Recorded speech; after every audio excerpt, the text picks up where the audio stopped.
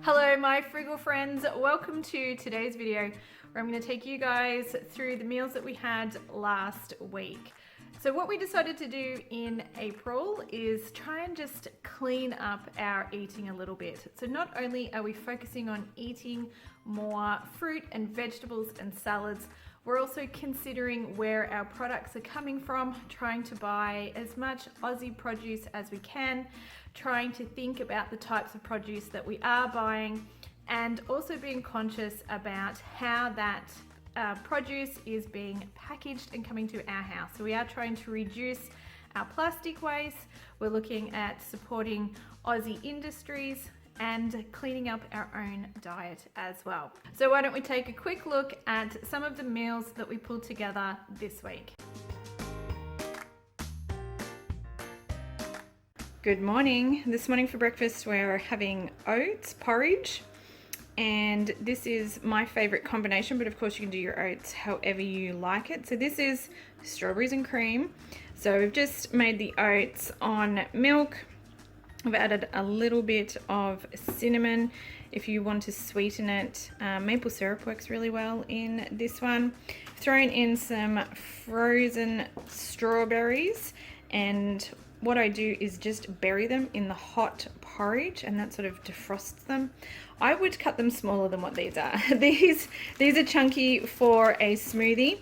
If you want to put them into your porridge, definitely works better if you cut them smaller than what I've got them here, but it still works well. Topped with a little bit of yogurt. So this is the last of the Greek yogurt that we picked up that was backed down, and topped with some coconut flakes, which is absolutely amazing. So that's breakfast here today. Breakfast this morning is a really simple breakfast smoothie. So it has oats. I do a 1/4 cup of oats, some full cream milk, about 200 mils, frozen fruit, so whatever you've got in season. So when things are a really good price, I like to buy extra and freeze it and put it away. So today we're doing banana, but this works just as well with berries like strawberries, kiwi fruit. I've even thrown some frozen cauliflower in, and this works great. The other thing is, if you don't want to do fruit, is just some ice blocks, but the frozen fruit adds fruit and also works like an ice block as well. You will need a blender for this. And an optional extra is just some protein powder. So this is really quick and easy, throws together really quick and easy, and just whiz it together in the blender. Doesn't take very long, and it's really nice, quick, on the go breakfast. We also made quite a few egg dishes this week. We did some poached egg on some smashed avocado with some bacon and some wilted spinach. Charlotte also had some scrambled eggs because she doesn't particularly like poached eggs. And we also made our famous smashed eggs and veg. All right, lunch number one is a pre-made salad. We did pick this one up marked down from Aldi. So this is the Mexican style. We've cooked it up with some of the Mexican flavored chicken that we picked up from Woolies. I don't have the packaging anymore, but that was 500 grams. And so what we've done is we'll have 3 salads out of this. So these are big salads, and we still have quite a bit of salad left and some of the chicken. So we've made this go 3 ways, and that is our first lunch.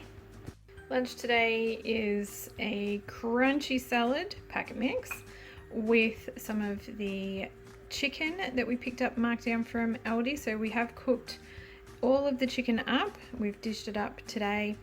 We still have leftover salad, and we have some leftover chicken, and we still have 1 chicken breast that is still cooking. So we still have, this much chicken again. So we'll have chicken for a couple of days. We do have a little bit more salad left, and we still have some of the other packets of salad mix as well. So this is what Shan and I are going to have today. And Charlotte is going to have a little pick plate. Snacks this week were some fruit and nuts and yogurt. We even did some ants on a log and lots of veggie sticks and cheese and some dip. Tonight's dinner is fish and salad with some chips on the side, homemade in the air fryer, and we've just pan fried the fish and have a salad to go with it. So there we go, dinner tonight. Let's dive in. Tonight for dinner we are actually going to make a homemade chicken and vegetable soup, big use it up pot with lots of things out of the freezer because this little one here is not feeling particularly well. It's a bit under the weather. So we're going to do a big pot of chicken and vegetable soup. I really love this recipe because basically you can throw in whatever veggies that you have and some chicken and some chicken stock. Throw it into a pressure cooker. Pressure cooker is going to do all the work and you'll have dinner on the table in about half an hour. So what we have found up today is I've pulled out some chicken that I did pick up, marked down. That was a couple of videos ago. You guys would have seen a big meat haul where I grabbed all of this chicken, which was fantastic. I do have some chicken stock. So what we like to do is keep all the carcasses and things like that, and we'll make up a big batch of chicken stock. And then that's in the freezer and just ready to go when we want to make meals like this. The celery that I picked up this week, I'm going to go through and pick out all of these little leafy bits and the heart of the celery that we're not going to use for snacks, and I'm going to cut all of that up and that's going to go into the soup.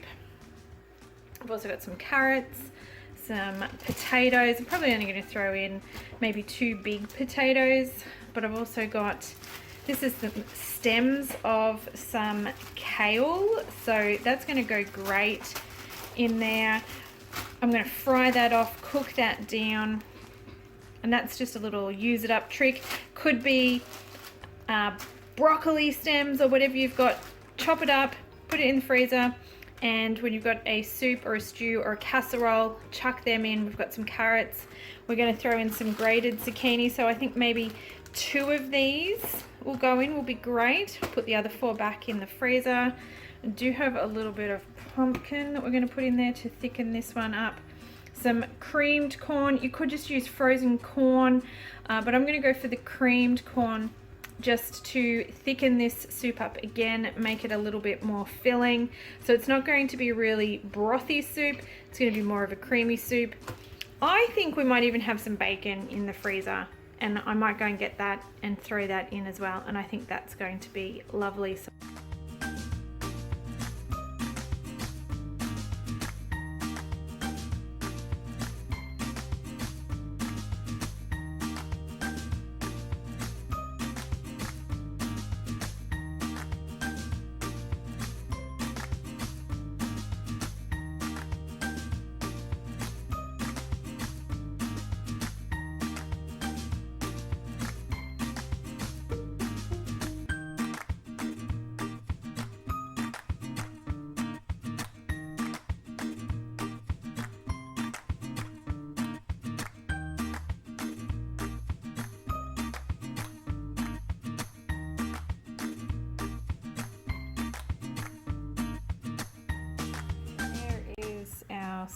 Finished soup, all warmed up. Lots of chunky goodness in there, lots of sneaky vegetables, and so easy to make. All right, we're gonna get started with a warm kale salad here today, and this is one of our favorite winter salads. It starts with cooked kale, so I'm going to show you guys how I prep the kale, and you can prep your kale in advance and just keep it in the fridge and then just pan fry it off. It's sort of steaming it, wilting it a little bit in a pan, and then topping it with whatever other veggies or salad ingredients that you have. So this can completely change depending on what's in season, what you like. Today we're going to fry off some mushrooms and some tomato. I'm going to add a little bit of avocado and top it off with some halloumi, but it works equally well with some feta. Some tasty cheese works great, and then if you want to add extra protein to it as well, you can. So we're going to cook off all of this pork today, and we're going to put some of that in the fridge as well to have with some salads and some lunches down the track tomorrow and possibly the day after as well. But this kale salad, the hero is really the kale, and then we're going to top it off with whatever you like. So if you have some zucchini that you'd like to cook up, some capsicum, you could even add some pickled onions or just straight red onions if you like. Really whatever veggies that you have that you like works really well. Warm kale salad, make it how you like it, super flexible. The key is all in the kale.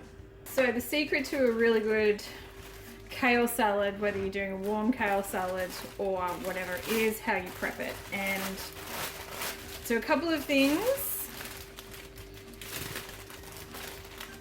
that I think make all the difference. First of all, strip the leaves, don't cut it. So I prefer to go through and just rip it off, and you just rip this main stem off. Don't throw this away though, we're going to keep this. And what I like to do is dice this up pretty finely. I'm going to put this in the freezer in a bag, and then next time I make soup or a casserole or something like that, I can stick some sneaky kale stems in there and nobody will even know. So we're going to keep these, but we're going to strip the leaves off. So we're going to end up with something pretty much just like that. Tear them apart a little bit. So the next step is to get some really nice olive oil, a little bit of lemon juice, or in this case I'm using a lemon infused olive oil. So the lemon and the olive oil work together to break this down. All right, so here's all of our kale all washed. So we're gonna love our kale in batches. So I'm just gonna a little drizzle.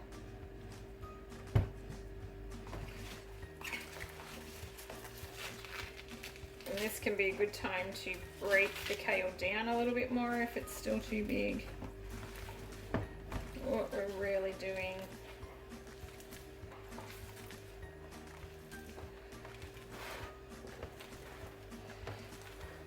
is really rubbing that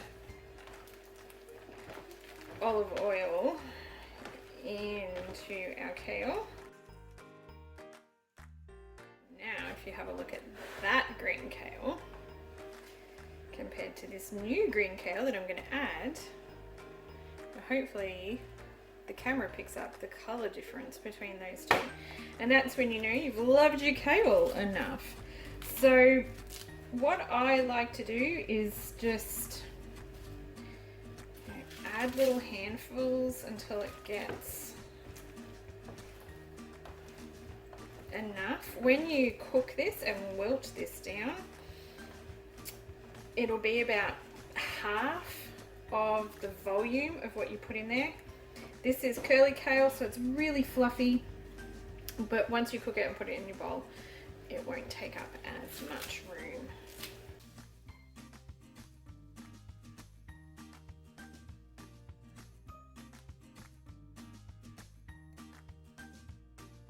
So all of that kale that we put in has wilted down to just that. It's time to start building our salad. And there we are, all plated up. So Shan's got the pickled onion on his as well. And that's my one. You can see the kale on the bottom, halloumi, the fried off mushrooms, some fresh tomatoes, we didn't cook those, a little bit of pork, a little bit of avocado on top, and that looks delicious. Alright, tonight we're going to do a chicken and cashew stir fry. This is really, really easy. Guys, if you haven't had a go at making your own stir fry sauces, I really highly recommend having a crack at it because they are not as difficult as what you might think. This is a really great recipe because basically you can use whatever veggies that you might have on hand or whatever is in season. So today's chicken and cashew stir fry is going to have some Asian greens. We managed to pick up some pak choy. I will use a little bit of our broccoli, but we're still going to have heaps left over for next week. A couple of carrots. We'll use up some of these sugar snap peas. I'm going to throw in some red caps. I would have loved to have had a full-size cap, but I don't, so all I have are these little ones. So we're just going to de-seed and cut a couple of these in half. We will serve it on a little bit of rice. So this is the brown rice and quinoa. Throw in some cashews because of course you can't have chicken and cashew without the actual cashews. Chicken will be some of the chicken that we had in the freezer, and then the sauce. This is seriously how easy it is. You just need some chicken stock. So I'm going to use some chicken stock cubes that I have, and a little bit of soy sauce, a little bit of sweet chili, and some corn flour just to thicken it up. So you want about 2 cups of stock of broth. I don't measure anymore. It's probably 2 tablespoons of soy sauce, 2 tablespoons of sweet chili, and 2 teaspoons of corn flour to thicken that broth up. So what you want to do making your broth is to dilute your stock, mix through a little bit of corn flour while it's still cold, mix that through into your stock, then tip the whole thing over your veggies and your chicken, and when it heats up, your corn flour is going to do its magic and it's going to turn it from a runny broth into a thick sauce like you get when you get Chinese. So that's tonight's dinner. I'm going to jump into the kitchen and start prepping all this stuff, and I will show you what it looks like when we're finished. And there we are, all plated up. So a little bit of rice and quinoa down the bottom, but lots of veggies and chicken and a couple of cashews. So looks pretty good. All right, today we're going to pull together one of our favorite salads. Don't be deceived by how few ingredients are in this. This is really, really amazing. Just need a good old 4-leaf lettuce mix or something similar to that, a little bit of variety. This really is going to be the base of the salad. Some blackberries, works really well with a nice bitey feta. You're going to want some walnuts to sprinkle on top of this, and traditionally we do this as a beef and blackberry salad, but we actually don't have any beef in the freezer, so we're going to use some of the leftover pork from the other day that's all cut up and ready to go. So this will work with other types of meats. And then if you have a sweet dressing, this is really going to top it off. So we do this with a number of different dressings. Today we're using, this is a maple bourbon from Your Inspiration at Home. Can't get this one from the shops. You do need to know somebody who sells this. We've had these for ages. I don't even know if you can still get these anymore, but any type of sweet dressing. The other thing that works really well with this that we don't have at the moment but is a local produce is a raspberry vinaigrette. But this salad, I'm going to go and pull this together, put it on the plate and show you what it looks like. It's so simple but really, really good. Have a look at that. It doesn't, I suppose it doesn't really look like much because there isn't very much to it, but my goodness, it is such a good combination. Really, really yummy salad. So if you can get blackberries in season at a good price, definitely give this a go. Well, there you have it. I hope you found some inspiration from some of the things that we pulled together this week. A lot of our meals were based around what was in season and on special at the supermarket that we could pick up this week, and our meals will be similar but different in the coming weeks as we continue with our little challenge that we've set for ourselves for April.